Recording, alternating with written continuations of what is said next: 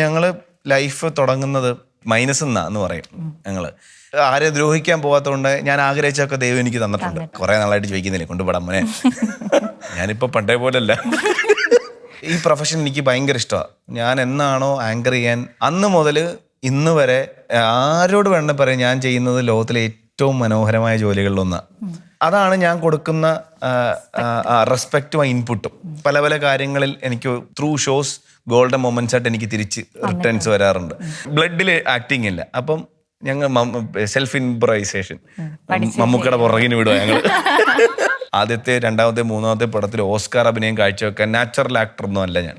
ശരിക്കുള്ള സ്വഭാവത്തിന്റെ റിഫ്ലക്ഷൻ ആണ് ഞാൻ ആൾക്കാരിലേക്ക് എത്തിക്കാൻ ശ്രമിച്ചുകൊണ്ടിരിക്കുന്നത്. വളരെ കാണാൻ കൊള്ളാവുന്ന ഒരു നാറി, അതാണ് നീ ഈ സിനിമയില്.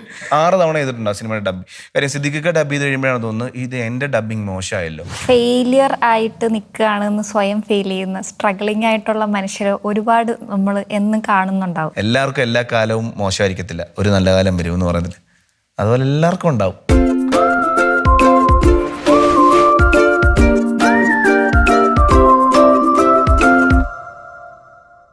ജീവ, ഈ സക്സസ്ഫുൾ ആയിട്ടുള്ള പാർട്ട്നേഴ്സ് ആയിട്ടിരിക്കാൻ ചിലപ്പോൾ കുറച്ചുകൂടി എളുപ്പമായിരിക്കും. അപ്പോൾ നിങ്ങൾ മാരീഡ് ലൈഫ് സ്റ്റാർട്ട് ചെയ്യുന്ന ഒരു സമയത്ത് ഇപ്പൊ കാണുന്ന ഒരു കളേഴ്സ് ഒന്നും ഇല്ലാത്തൊരു സമയമാണല്ലോ.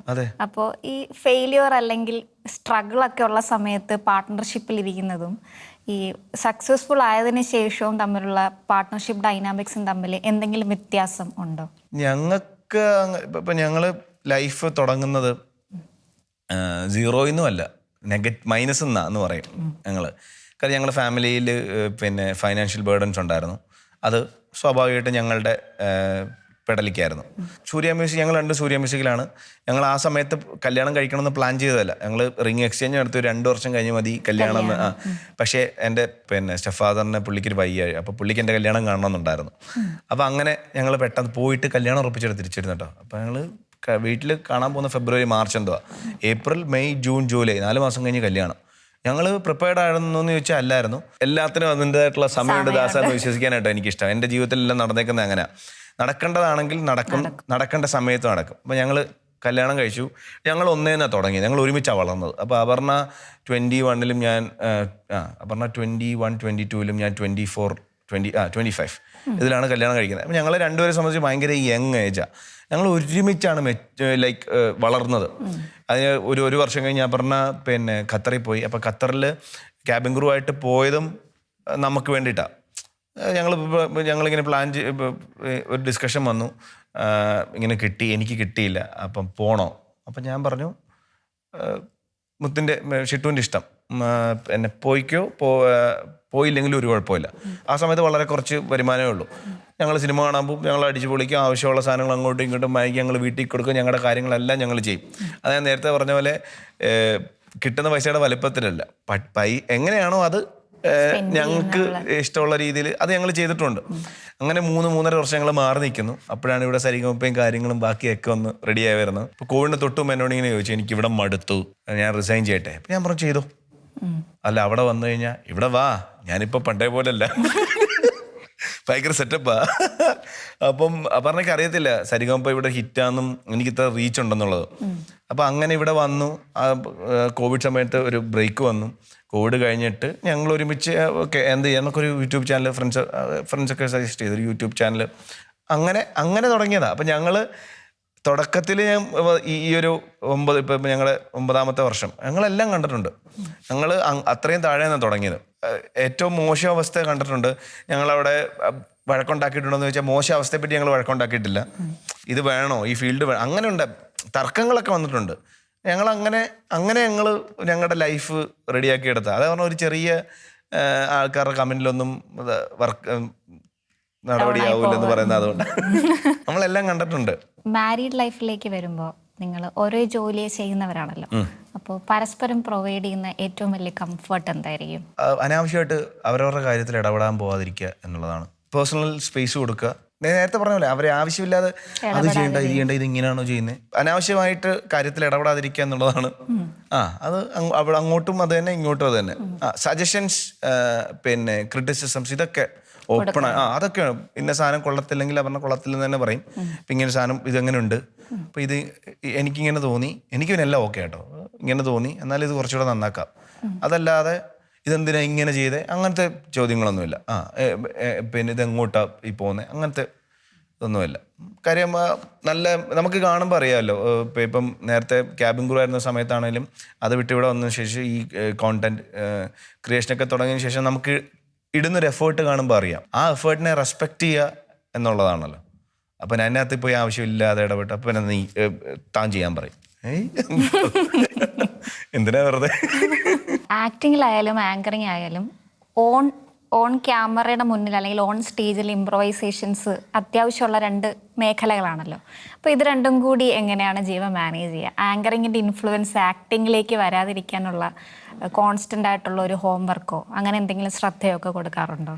ഇപ്പോഴെന്ന് പറഞ്ഞു കഴിഞ്ഞാൽ നമുക്ക് അഭിനയിക്കാനുള്ള ആഗ്രഹം മാത്രമേ ഉള്ളൂ. ഭയങ്കര ആഗ്രഹമാണ് അഭിനയിക്കാൻ. അപ്പോൾ അതിന് വേണ്ടിയിട്ട് നമുക്ക് എന്തൊക്കെ ചെയ്യാൻ പറ്റുമോ അതൊക്കെ ഇപ്പം നമ്മൾ ട്രൈ ചെയ്യാറുണ്ട്. അത് ഞാൻ ഉദ്ദേശിക്കുന്നത് ഞാൻ ആക്ടിങ് സ്കൂളിൽ പോകും അങ്ങനെയൊന്നും അല്ല. എനിക്ക് അതിനോട് ഭയങ്കര ആഗ്രഹവും ഇഷ്ടമാണ്. അപ്പം എനിക്കതാണ് എനിക്ക് ചെയ്യാൻ ഇഷ്ടവും. അപ്പം ഒരു ക്യാരക്ടർ കിട്ടുമ്പോൾ ഞാൻ എൻ്റെ ഫ്രണ്ടിലിരിക്കുന്ന ഡയറക്ടറോടാണ് ചോദിക്കുന്നതെല്ലാം, എന്താ ഞാൻ ചെയ്യണ്ടേ. അപ്പം ഞാൻ എനിക്ക് തന്നെ മനസ്സിലാകണമല്ലോ ഇതെനിക്ക് വഴങ്ങുന്നൊരു മേഖലയാണോ. അപ്പം ഞാനൊരു ക്യാരക്ടർ കിട്ടുമ്പോൾ ഞാൻ പുള്ളിയോട് ചോദിക്കും, പുള്ളി എനിക്ക് കുറേ കാര്യങ്ങൾ പറഞ്ഞു തരും. ഞാനിപ്പോഴും പോയി മോണിറ്റർ നോക്കത്തില്ല, ഞാനിങ്ങനെ ആ ഡയറക്ടറെ നോക്കും. എന്നിട്ട് ഞാൻ ചോദിക്കും ഓക്കെ ആണോ.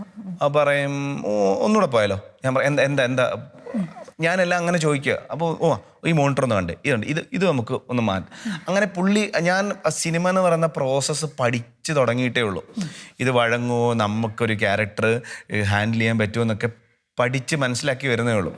അപ്പോൾ കുറേ കൂടെ ഇതിനോട് നമ്മൾ സീരിയസ് ആവും. കുറേ 1-2 റോളൊക്കെ കഴിയുമ്പം നമ്മുടെ കയ്യിലെ സ്റ്റോക്ക് തീരുന്നു എന്ന് തോന്നിക്കഴിയുമ്പോൾ ഇപ്പോഴും സീരിയസ് ആണ്, പക്ഷേ സീരിയസ്നെസ്സിൻ്റെ ലെവൽ മാറും. അപ്പം ഞാൻ ഇപ്പോൾ എടുക്കുന്ന എഫേർട്ടും അപ്പോൾ എടുക്കുന്ന എഫേർട്ടും നമ്മൾ വ്യത്യാസം ഉണ്ടാവുമല്ലോ. അപ്പോൾ അങ്ങനെ എന്നെ ഫൈൻ ട്യൂൺ ചെയ്യണമെന്നാണ് ഞാൻ പ്ലാൻ ചെയ്ത് വെച്ചിരിക്കുന്നത്. ഇപ്പം ആങ്കറിങ്ങിന് ഇൻഫ്ലുവൻസ് വരുമോ എന്ന് ചോദിച്ചാൽ ഈ കൈയൊക്കെ എടുക്കുന്ന സമയത്ത് അതപ്പോൾ ഞാൻ പറയുകയും ചെയ്യും, എനിക്ക് എന്താണ് ഞാൻ ചെയ്യേണ്ടത്, എനിക്ക് കൈ ഇങ്ങനെ എടുത്ത് സംസാരിക്കുന്ന ശീലമുണ്ട്, അത് ഇങ്ങനെ വിചാരിച്ചാൽ മതി, ഈ ക്യാരക്ടർ ഇങ്ങനെയാണ്. അങ്ങനെയാണ് 21 ഗ്രാംസ് ആണ് ഞാൻ കുറച്ചുകൂടെ ആദ്യം ഒരു സിനിമ ഉണ്ട് അങ്ങനെ ഞാനും പ്രേമിച്ചതുണ്ട്. അത് അധികം ആർക്കും അറിയത്തില്ല. ഞാൻ സൂര്യ മ്യൂസിക് വർക്ക് ചെയ്യുന്ന സമയത്ത് ചെയ്ത സിനിമയാണ്. അതിലൊരു ലീഡ് റോളാണ്. അതങ്ങനെ ശ്രദ്ധിക്കപ്പെടാത്തൊരു സിനിമയായിരുന്നു. അപ്പം അത് ഞാൻ സിനിമ എന്താണെന്ന് സിനിമയ്ക്കകത്ത് പോയി പഠിച്ച് ഞാൻ ഫുൾ ടൈം അതിൻ്റെ കൂടെ തന്നെ ഞാൻ അഭിനയിക്കാത്ത സീൻസിലൊക്കെ വന്ന് ഡയറക്ടറിൻ്റെ കൂടെ ഇരിക്കും. ഇതെന്താ അങ്ങനെ, ക്യാമറ ചേട്ടനോട് പോയി സംസാരിക്കും. അങ്ങനെ ഞാൻ ടെക്നിക്കൽ കാര്യങ്ങളൊക്കെ അറിഞ്ഞത് ആ സിനിമയിൽ നിന്ന്. ഡബ്ബിങ്ങിനിരിക്കും, സിദ്ദിഖൊക്കെ ഉണ്ടായിരുന്നു. സിദ്ദിഖൊക്കെ ഡബ് ചെയ്യാൻ പോകുമ്പോൾ അവിടെ പോയിരിക്കും. എല്ലാ കാര്യത്തിനും ഇൻവോൾവ് ആവും. ഞാനൊക്കെ 6 തവണ ചെയ്തിട്ടുണ്ടാവും സിനിമയുടെ ഡബ്ബിങ്. കാര്യം സിദ്ദിഖൊക്കെ ഡബ് ചെയ്ത് കഴിയുമ്പോഴാണ് തോന്നുന്നത് ഇത് എൻ്റെ ഡബ്ബിങ് മോശമായല്ലോ, ഇങ്ങനെയല്ലോ ചെയ്യേണ്ടത്. അപ്പോൾ ചാടിക്കയറി അതിൻ്റെ അകത്ത് കയറി ഗ്യാപ്പ് കിട്ടുന്ന സമയത്ത് ചെയ്യും. സിദ്ദിഖൊക്കെ ചെയ്ത പോലത്തെ വോയിസ് മോഡുലേഷൻ ഒക്കെ ട്രൈ ചെയ്യും. അങ്ങനെ ഞാൻ സിനിമ പഠിച്ചത് അവിടെ നിന്നാണ്. പ്രീസ്റ്റ് വന്ന സമയത്ത് ഒരു നെഗറ്റീവ് ഷെയ്ഡായിരുന്നു. അപ്പോൾ ഞാൻ വിളിച്ചത് ആൾക്കാരെ അക്സെപ്റ്റ് ചെയ്യും. കാര്യം ചാനലിൽ നമ്മളെപ്പോഴും ചിരിച്ച് കളിച്ച് തമാശയൊക്കെ ആയിട്ട് പറഞ്ഞിരിക്കുന്ന ഒരാളാണ്. അപ്പം കുഴപ്പമില്ല, നമുക്ക് അങ്ങനെ അതിന് വേണ്ടിയിട്ടാണ് ഞാൻ ആദ്യമായിട്ട് ജിമ്മിൽ പോകുന്നത്, വെയിറ്റ് കുറയ്ക്കുന്നത്. എനിക്കങ്ങനെ പിന്നെ വർക്ക് ചെയ്യാൻ ഇഷ്ടമാണ്, ഭയങ്കരമായിട്ട് കഷ്ടപ്പെടാൻ ഇഷ്ടമാണ്. 21 ഗ്രാംസിലേക്ക് അനൂപേട്ടൻ വിളിക്കുന്ന സമയത്തും അങ്ങനെ, എടാ വളരെ കാണാൻ കൊള്ളാവുന്ന ഒരു നാറി, അതാണ് നീ ഈ സിനിമയിൽ. ആ ക്യാരക്ടർ അങ്ങനെ ഒരു ഹോസ്പിറ്റലിൻ്റെ മെയിൻ അഡ്മിനിസ്ട്രേറ്റീവ് ഇതിൽ വർക്ക് ചെയ്യുന്നത് കാണുമ്പം ഭയങ്കര സിമ്പിളാണെന്ന് തോന്നും. പക്ഷെ വെറും ചാറ്റ. 1-2 കൊലപാതകമൊക്കെ ചെയ്യുന്നുണ്ട്. അപ്പോൾ കൊലപാതകം ചെയ്യുന്ന സീനും ഉണ്ട്. അപ്പോൾ അതൊക്കെ ഞാൻ ചോദിച്ച് മനസ്സിലാക്കി. അപ്പോൾ അനുപേട്ടൻ എനിക്ക് ഫസ്റ്റ് എൻ്റെ സീൻ അനുപേട്ടനായിട്ടാണ്. അപ്പോൾ ഞാനിങ്ങനെ വന്നിരുന്നു. അപ്പോൾ ഡയലോഗ് ഇങ്ങനെ ഞങ്ങൾ റിഹേഴ്സൽ എടുത്തു. അപ്പോൾ എന്നോട് പറഞ്ഞു, ഇത്രയും സ്പീഡ് വേണ്ടടാ, ഡബ് ചെയ്യുമ്പോൾ നിനക്ക് പണി കിട്ടും, നിനക്ക് ആങ്കറിങ്ങിൻ്റെ സ്പീഡാ, പയ്യെ സമയം എടുത്ത് പറഞ്ഞാൽ മതി. അപ്പം എനിക്കത് മനസ്സിലായില്ല. ഞാൻ ആ സീൻ കഴിഞ്ഞു. അതിനുശേഷം ഞാനും പ്രശാന്ത് ഏട്ടനോട് ഒരു കോറിഡോറിൽ കൂടെ നടക്കുന്ന ഒരു സീനുണ്ട്. അവിടെയാണ് ഞാൻ ഇങ്ങനെ താളത്തിൽ പറഞ്ഞ് ഇപ്പം പിന്നെ ഇഷ്ടമായതുകൊണ്ട് നമ്മൾ ഇങ്ങനെ അവരൊക്കെ പറയുന്നത് കേട്ടിരിക്കും. ഓരോ കാര്യങ്ങളും അവർ പറയും, നമ്മൾ അനുഭവിക്കുന്നതിനേക്കാൾ നല്ല അവർ പറയുന്നത് കേൾക്കാൻ ഭയങ്കര ഇഷ്ടമാണ് എനിക്ക്. അപ്പോൾ അത് കേട്ട് അത് ട്രൈ ചെയ്ത് നോക്കാൻ. അങ്ങനെ ഇനിയും കുറച്ചുകൂടെ പടങ്ങൾ കിട്ടുമ്പം കുറച്ചുകൂടെ കാര്യങ്ങൾ പഠിക്കും. ഞാൻ ഇപ്പോൾ പറയാം, നമ്മൾ ആദ്യത്തെ 2ാമത്തെ 3ാമത്തെ പടത്തിൽ ഓസ്കാർ അഭിനയം കാഴ്ചവെക്കാൻ നാച്ചുറൽ ആക്ടർ ഒന്നും അല്ല ഞാൻ. അങ്ങനെ ഞാൻ വിശ്വസിക്കുന്നില്ല. അത് ഡയറക്ടർ അത് ബ്ലഡിൽ ആക്ടിങ് ഇല്ല. അപ്പം ഞങ്ങൾ സെൽഫ് ഇംപ്രൈസേഷൻ മമ്മൂക്കയുടെ പുറകിന് വിടുക ഞങ്ങൾ. നമ്മളെപ്പോഴും ജീവയെ കാണുന്നത് കോൺസ്റ്റന്റ്ലി ഫൺ മൂഡിലുള്ള വളരെ ലൈറ്റായിട്ട് കാര്യങ്ങൾ എടുക്കുന്ന ഒരാളെന്നുള്ള രീതിക്കാണ് നമ്മൾ പ്രസന്റ് ആവുന്നത്. പക്ഷെ ഒരു ഹ്യൂമൻ ബീയിങ് മൊത്തത്തിൽ അങ്ങനെ ആയിരിക്കില്ലല്ലോ. നമുക്ക് നമ്മുടേതായ സ്ട്രഗിൾസും കാര്യങ്ങളൊക്കെ ഉണ്ടാവും. പക്ഷെ നമ്മളൊരു ജോലിയുടെ ഒരു സ്വഭാവം വെച്ചിട്ട് നമുക്കിതിനെ ഹൈഡ് ചെയ്തിട്ട് എപ്പോഴും നമ്മൾ പ്രത്യക്ഷപ്പെടേണ്ടി വരും. ആ ഒരു ബാലൻസ് എങ്ങനെ അച്ചീവ് ചെയ്യുന്നത്? ഞാൻ 90% ഈ പറഞ്ഞ ആളാണ്. ഫൺ ലവ് എനിക്ക് അതാ ഇഷ്ടം. എനിക്ക് നെഗറ്റിവിറ്റി ഭയങ്കര ബുദ്ധിമുട്ടാണ്. ഒരാളെ വിഷമം കാണുമ്പോൾ ഞാൻ അവിടുന്ന് പോകും. എനിക്ക് പെട്ടെന്ന് സങ്കടം വരും. ദേഷ്യം മാത്രം വളരെ കുറച്ച്. പക്ഷെ ഇപ്പം മാറുന്നുണ്ട് കേട്ടോ. ഇപ്പം എല്ലാം കൂടെ കണ്ടിട്ട് ചില സമയത്തൊക്കെ ദേഷ്യം വരാറുണ്ട്. പക്ഷേ ദേഷ്യം മാത്രം ഏറ്റവും ലാസ്റ്റ് നിവർത്തികേടുകൊണ്ട് മാത്രമേ ചെയ്യുള്ളൂ. അല്ലെങ്കിൽ എപ്പോഴും എല്ലാ കാര്യങ്ങളെയും അതിൻ്റെ ഏറ്റവും ഫണ്ണായിട്ടുള്ള രീതിയിൽ കാണാനാണ് എനിക്കിഷ്ടം. എൻ്റെ ശരിക്കുള്ള സ്വഭാവത്തിൻ്റെ റിഫ്ലക്ഷൻ ആണ് ഞാൻ ആൾക്കാരിലേക്ക് എത്തിക്കാൻ ശ്രമിച്ചുകൊണ്ടിരിക്കുന്നത്. അപ്പം നമുക്ക് അത്രയും ഇപ്പം നല്ല പ്രസൻസ് ഓഫ് മൈൻഡ് വേണ്ട ഒരു പരിപാടിയാണ്. എല്ലാവരും പറയുന്നത് കേൾക്കണം. എപ്പോഴും നമുക്ക് ക്യാമറയ്ക്ക് മുമ്പിൽ ഒരു പരിധിക്കപ്പുറം ആക്ട് ചെയ്യാൻ പറ്റത്തില്ല. എപ്പോഴെങ്കിലുമൊക്കെ നമ്മുടെ കയ്യിൽ നിന്ന് പോകും. അപ്പം എന്നോട് പറഞ്ഞ കുറച്ച് സമയം നമുക്ക് സീരിയസ് ആയിട്ട് എന്തെങ്കിലും സീരിയസ് പറ്റില്ല എന്നാൽ അതിൻ്റെതായിട്ടുള്ള സമയത്ത് സീരിയസ് ആയിട്ടുള്ള കോൺവെർസേഷൻ വരാറും ഉണ്ട് കേട്ടോ. പെട്ടെന്ന് അങ്ങനെ ദേഷ്യമൊക്കെ വരാത്തതുകൊണ്ട് ഓപ്പോസിറ്റ് ഇരിക്കുന്ന ഒരാൾ എന്തായിരിക്കും ചിന്തിക്കുന്നത്, അയാൾ എന്തുകൊണ്ടായിരിക്കും എന്നോട് ദേഷ്യപ്പെട്ടത്, എന്നോട് അങ്ങനെ പെരുമാറിയെന്ന് ചിന്തിക്കും. ഞാൻ ഓപ്പോസിറ്റ് ഇരിക്കുന്ന ഒരാളുടെ ഇമോഷൻസിന് വാല്യൂ അങ്ങനെ കാണാൻ ശ്രമിക്കാറുണ്ട്. അതുകൊണ്ടാണ് ഈ പറഞ്ഞ പോലെ ദേഷ്യം വരാത്തത്. അങ്ങനെ ശത്രുതയൊന്നും, അതുകൊണ്ട് പണിയും കിട്ടും ഇടയ്ക്ക്.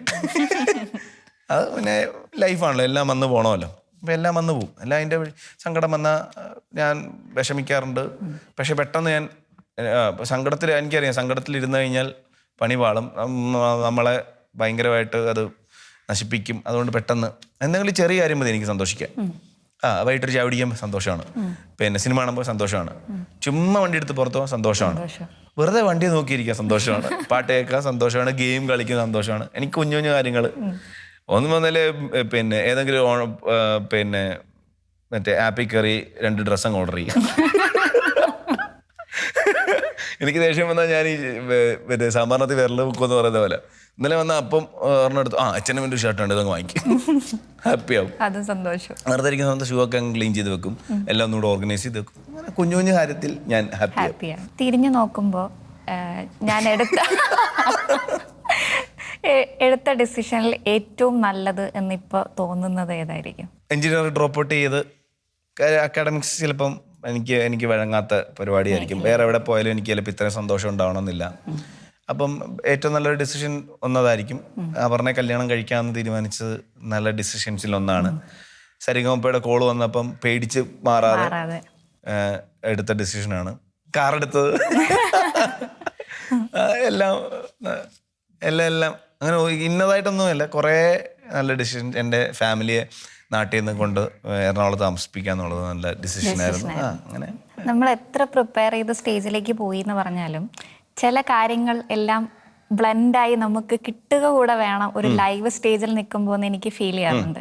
അപ്പം അങ്ങനെ ആലോചിക്കുമ്പോൾ ഒരു ഗോൾഡൻ മൊമെൻ്റ് ആയിട്ട് എന്തെങ്കിലും സംഭവിച്ചതോ അങ്ങനെ എന്തെങ്കിലും ഒരു മൊമെൻ്റ് എന്തെങ്കിലും ജീവയ്ക്ക് ഓർമ്മയുണ്ടോ? ഷോസിൻ്റെ ഇടയ്ക്ക് ഒത്തിരി ഇപ്പം വീണ ശ്രീവാണിയായിട്ടുള്ള കുറേ കോണ്ടന്റ്സ് ഒക്കെ ഞങ്ങൾ പ്ലാൻ ചെയ്യാത്ത ലെവലിലോട്ടൊക്കെ പോയിട്ടുണ്ട്. അതൊക്കെ ഈ പറയുന്ന പോലെ എങ്ങനെ വന്നതെന്ന് ഞങ്ങൾക്കും അറിയത്തില്ല. ഞങ്ങൾ പ്ലാൻ ചെയ്തൊന്നും അല്ല പിന്നെ എക്സിക്യൂട്ട് ചെയ്തപ്പോൾ വന്നത് വേറെ തന്നെ ആയി. അതൊക്കെ ചിലപ്പോൾ എൻ്റെ ഗ്രോത്തിന് അത് ഒരുപാട് ഉപകാരപ്പെട്ടിട്ടുമുണ്ട്. അത് ഞാൻ വിശ്വസിക്കുന്ന ഈ പ്രൊഫഷൻ എനിക്ക് ഭയങ്കര ഇഷ്ടമാണ്. ഞാൻ എന്നാണോ ആങ്കർ ചെയ്യാൻ ആദ്യമായിട്ട് സൂര്യ മ്യൂസിക്കിൽ ഒരു ഓഗസ്റ്റ് 18 അതെനിക്ക് ഡേറ്റ് ഇന്നും ഓർമ്മയുണ്ട്. 18 ഞാൻ ആദ്യമായിട്ടാണ് കയറിയിട്ട് സൂര്യ മ്യൂസിക് ഇഷ്ടംപോലെ പാട്ടെന്ന് പറയുന്നത്. അന്ന് മുതൽ ഇന്ന് വരെ ഞാൻ ആരോട് വേണ്ട പറയാം, ഞാൻ ചെയ്യുന്നത് ലോകത്തിലെ ഏറ്റവും മനോഹരമായ ജോലികളിലൊന്നാണ്. നമ്മൾ ചെയ്യുന്ന ഒരേ സാധനമാണെങ്കിലും നമ്മൾ കാണുന്ന ആൾക്കാർ വേറെ, സംസാരിക്കുന്ന കാര്യങ്ങൾ വേറെ അല്ലേ? ജോലി ഒന്നാ. അങ്ങനെ തോന്നിയിട്ടില്ലേ? പക്ഷെ ഓരോരുത്തരല്ലേ കാണുന്നത്, ഓരോരുത്തരുടെ കാര്യങ്ങളല്ലേ അറിയുന്നത്. അപ്പം പിന്നെ നമ്മളെ കുറേ പേര് അറിയുന്നു. അത് ഞാൻ ലോകത്തിലെ ഏറ്റവും മനോഹരമായ ജോലികളിലൊന്നാണ് ഞാൻ ചെയ്യുന്നത്. അപ്പം അന്ന് മുതൽ ഇന്ന് വരെ ഞാൻ അതിന് അത്രയും ഇമ്പോർട്ടൻസും കൊടുത്തിട്ടുണ്ട്. ഞാൻ ഒരിക്കലും ഇത് ഗ്രാൻഡഡ് ആയിട്ട് എടുത്തിട്ടില്ല. ഓക്കെ ഇത്ര സ്റ്റേജ് കണ്ട എക്സ്പീരിയൻസ് ഉണ്ടല്ലോ, ഏറിപ്പോൾ എന്തെങ്കിലുമൊക്കെ പറഞ്ഞാൽ മതി. അല്ല, ഞാൻ കൃത്യമായിട്ട് ഇപ്പോഴും ഷൂട്ടിൻ്റെ ദിവസത്തിന് മുമ്പ് അല്ലെങ്കിൽ ഷൂട്ട് ഇന്ന ദിവസം കൃത്യമായിട്ട് എൻ്റെ കോസ്റ്റ്യൂംസ് പ്ലാൻ ചെയ്യും. അടുത്ത 2 സ്കെഡ്യൂൾസിൻ്റെ കോസ്റ്റ്യൂം പ്ലാൻ ചെയ്യും. അവിടെ വരുമ്പോൾ എന്തൊക്കെയാണ് ഏതൊക്കെയാണ് പ്രസൻസ് ഓഫ് മൈ ലൈക്ക് വേറെ ഒന്നിനെ പറ്റി ആലോചിക്കത്തില്ല, വേറെ ഒരു കാര്യത്തിലും ഡിസ്റ്റർബ്ഡ് ആകത്തില്ല. ഞാൻ അങ്ങനെയാണ്. പിന്നെ ഇപ്പം 2 ദിവസം മുമ്പ് തണുത്തത് എന്നാലും തൊണ്ട അടയ്ക്കും. എന്നാലും എന്നെ കൊണ്ട് പറ്റുന്ന പ്രിപ്പറേഷൻ ഇപ്പോഴും ഞാനതിനെ ഭയങ്കര സീരിയസ് ആയിട്ടാണ് കാണുന്നത്. അതാണ് ഞാൻ കൊടുക്കുന്ന റെസ്പെക്റ്റും ഇൻപുട്ടും. അപ്പോൾ അതെനിക്ക് പല പല കാര്യങ്ങളിൽ എനിക്ക് പിന്നെ ത്രൂ ഷോസ് ഗോൾഡൻ മൊമെന്റ്സ് ആയിട്ട് എനിക്ക് തിരിച്ച് റിട്ടേൺസ് വരാറുണ്ട്. അങ്ങനെ എന്തെങ്കിലുമൊക്കെ നമ്മുടെ ഷോയിൽ സംഭവിക്കുമ്പോഴാണല്ലോ നമ്മുടെ ഷോ ആൾക്കാർ അറിയുന്നതും നമ്മുടെ ഷോയിലേക്ക് പിന്നെ കൂടുതൽ ഓഡിയൻസ് വരുന്നതും അതിലൂടെ നമ്മുടെ ആൾക്കാർ കാണുന്നതും നമ്മൾ as A person, as an anchor, as an actor നമ്മൾ ആൾക്കാരിലേക്ക് എത്തുന്നു. അങ്ങനെയാണല്ലോ. അപ്പോൾ ഇതൊക്കെ കണക്റ്റഡാ. അപ്പം നമ്മൾ അങ്ങോട്ട് ഇട്ടാൽ തിരിച്ചു കിട്ടും, ഉറപ്പാ. ആരെ ദ്രോഹിക്കാൻ പോകാത്തതുകൊണ്ട് ഞാൻ ആഗ്രഹിച്ചൊക്കെ ദൈവം എനിക്ക് തന്നിട്ടുണ്ട്. ചിലപ്പോൾ ഇന്നല്ലെങ്കിൽ സമയം എടുക്കും, ഇന്നല്ലെങ്കിൽ നാളെ എങ്ങനെയെങ്കിലുമൊക്കെ കറങ്ങി തരും. ഞാൻ കുറേ നാളായിട്ട് ചോദിക്കുന്നില്ലേ കൊണ്ടുപോടാൻ മോനെ. അപ്പോൾ അങ്ങനെ അതൊക്കെ ഞാൻ അങ്ങനെ വിശ്വസിക്കുന്ന ആളാണ് ഞാൻ. നമുക്കുള്ളതാണെങ്കിൽ വരും. നമ്മൾ അതിനുവേണ്ടി വർക്ക് ചെയ്യുന്നുണ്ടെങ്കിൽ ഇന്നല്ലെങ്കിൽ നാളെ. അതിൻ്റെ എക്സാമ്പിളാട്ടോ ഞാൻ എനിക്കങ്ങനെ ക്ഷമിച്ചിരുന്ന് കിട്ടിയതാ എല്ലാ സാധനങ്ങളും. ഞാൻ പറയും വെയിറ്റ് ചെയ്യും. പക്ഷെ വെറുതെ വെയിറ്റ് ചെയ്തുകൊണ്ട് ഇങ്ങനെ ഇരുന്നിട്ട് കാര്യമില്ല കേട്ടോ, വർക്ക് ചെയ്യും കൂടെ വേണം. അതുകൊണ്ട് നമുക്കതിനുള്ള യോഗവും കൂടെ ഉണ്ടെങ്കിൽ ഉറപ്പായിട്ടും വരും. ഫെയിലിയർ ആയിട്ട് നിൽക്കുകയാണെന്ന് സ്വയം ഫീൽ ചെയ്യുന്ന സ്ട്രഗ്ലിംഗ് ആയിട്ടുള്ള മനുഷ്യരെ ഒരുപാട് നമ്മൾ എന്നും കാണുന്നുണ്ടാവുമല്ലോ. അവരോട് എന്താ പറയാനുള്ളത്? ആ ഒരു സ്റ്റേജ് വളരെ സുന്ദരമായി താണ്ടി വന്ന ഒരാളെന്നുള്ള നിലയ്ക്ക് ആ ഒരു സ്റ്റേജിൽ നിൽക്കുന്നവരോട് തളർന്നു പോകാതിരിക്കാൻ എന്താ പറയാനുള്ളത്? ലൈഫിലെ അങ്ങനെ എന്തെങ്കിലുമൊക്കെ ഒരു സിറ്റുവേഷൻ വരുമ്പോഴേ നാളെ നമുക്ക് ആരോടെങ്കിലുമൊക്കെ പറയാൻ എന്തെങ്കിലും ഒരു കഥയുണ്ടാവുള്ളൂ. ആങ്കറിങ്ങിലേക്ക് വരുമ്പോൾ തന്നെ ഒരു റിയാലിറ്റി ഷോയിൽ കയറി നമ്മൾ സക്സസ് മാത്രം അറിഞ്ഞ ആളാണെങ്കിൽ നമുക്ക് ഒരിക്കലും ഒരു ഫെയിലിയറിൻ്റെ കഥ പറയാൻ പറ്റത്തില്ല. അങ്ങനെ ഇപ്പം നമ്മൾ ഫൈനാൻഷ്യലി വെൽ സൗണ്ടഡ് ആയിട്ടുള്ള ഒരാളാണെങ്കിൽ നമുക്ക് കടത്തിൻ്റെ ബുദ്ധിമുട്ട് അറിയാൻ പറ്റത്തില്ല. നമുക്കൊരു സാധനം ഇരുന്ന് വാങ്ങിക്കുന്നതിൻ്റെ സുഖം പറഞ്ഞു കൊടുക്കാൻ പറ്റത്തില്ല. ഒരു സാധനം നമ്മൾ വാങ്ങിച്ചത് അത് നശിച്ചു പോയി കഴിഞ്ഞാൽ നമ്മുടെ വേറെ വാങ്ങിക്കാനുള്ള കാശില്ല, ആ ഫീലിംഗ് അനുഭവിക്കാത്ത ഒരാളാണെങ്കിൽ അത് സൂക്ഷിക്കാനവൻ പഠിക്കത്തില്ല. അത് എല്ലാം ലൈഫിൽ എല്ലാം അനുഭവിക്കണമെന്നാണ് ഞാൻ പറയും. ഞാൻ ഇപ്പോൾ അവരോട് പറയും കടമില്ലായിരുന്നെങ്കിൽ എന്തായിരുന്നല്ലേ, പിന്നെ കുറേ കാശ് വരും, അതെങ്ങനെ ചിലവാക്കണമെന്ന് അറിയത്തില്ല. ഇപ്പം അങ്ങനെയല്ല, കുറച്ച് പൈസ ഇന്ന സാധനത്തിന് നമ്മൾ കൊടുക്കണം, കുറച്ച് ലയബിലിറ്റീസ് ഉണ്ട്, കുറച്ച് EMIs ഉണ്ട്, അതൊക്കെയാണ് ലൈഫ്. അങ്ങനെ വന്നു കഴിഞ്ഞ് കഴിഞ്ഞാൽ നമുക്ക് ഒരുപാട് അതിൽ നിന്നൊക്കെ നമ്മളറിയാതെ നമ്മളെ അത് ഭയങ്കരമായിട്ട് സ്ട്രോങ് ആക്കുക. നമ്മൾ വിചാരിക്കും ഇത് പ്രശ്നമാണ്, ഇത് നമ്മൾ തീർന്നു. നമ്മളെ അത് സിറ്റുവേഷൻ ഓവർകം ചെയ്ത് കഴിയുമ്പോഴാണ് നമുക്കത് മനസ്സിലാവുന്നത് നമ്മൾ കുറച്ചുകൂടെ സ്ട്രോങ് ആയി എന്നുള്ളത്. പിന്നെ ഒരു പോയിന്റ് എത്തുമ്പോൾ എല്ലാവർക്കും മനസ്സിലാവുന്ന ഞാനിത് ഈ റൂട്ട് ശരിയാണോ, ഞാൻ ഈ പോകുന്നത് ശരിയാണോ, എൻ്റെ തീരുമാനങ്ങൾ ശരിയാണോ. ഞാൻ നേരത്തെ പറഞ്ഞ പോലെ ഒന്നും എടുത്തിയാടി ഒരു തീരുമാനമേ എടുക്കരുത്. നമ്മളെപ്പോഴും സമാധാനമായിട്ടിരുന്ന് കഴിഞ്ഞാൽ എല്ലാത്തിനുമുള്ള ഉത്തരം ലൈഫ് തരുമെന്ന് പറയത്തില്ല, അത് കറക്റ്റാ. ഒന്നും ഒരാളുടെ ദേഷ്യം വന്നു എടുത്തിയാടി അയാളൊന്നും പറയാതിരിക്കുക. സങ്കടം വന്നു എടുത്തിയാടി നമ്മളെ തന്നെ നമ്മൾ കുറ്റം പറയാമെന്ന് പറയത്തില്ലേ. ഒരു ടൈം കൊടുക്കുക, അതെല്ലാം കൃത്യമായിട്ട് അതിൻ്റെ സ്ലോട്ടി വന്ന് വീഴും. പേഷ്യൻസ് അതിരിക്കുക. എല്ലാവർക്കും എല്ലാ കാലവും മോശമായിരിക്കത്തില്ല, ഒരു നല്ല കാലം വരുമെന്ന് പറയുന്നില്ല, അതുപോലെ എല്ലാവർക്കും ഉണ്ടാവും. താങ്ക് യു ജീവ, വളരെ എൻലൈറ്റിംഗ് ആയിട്ടുള്ള ഒരു സെഷൻ ആയിരുന്നു. Thank you for coming. Thank you so much.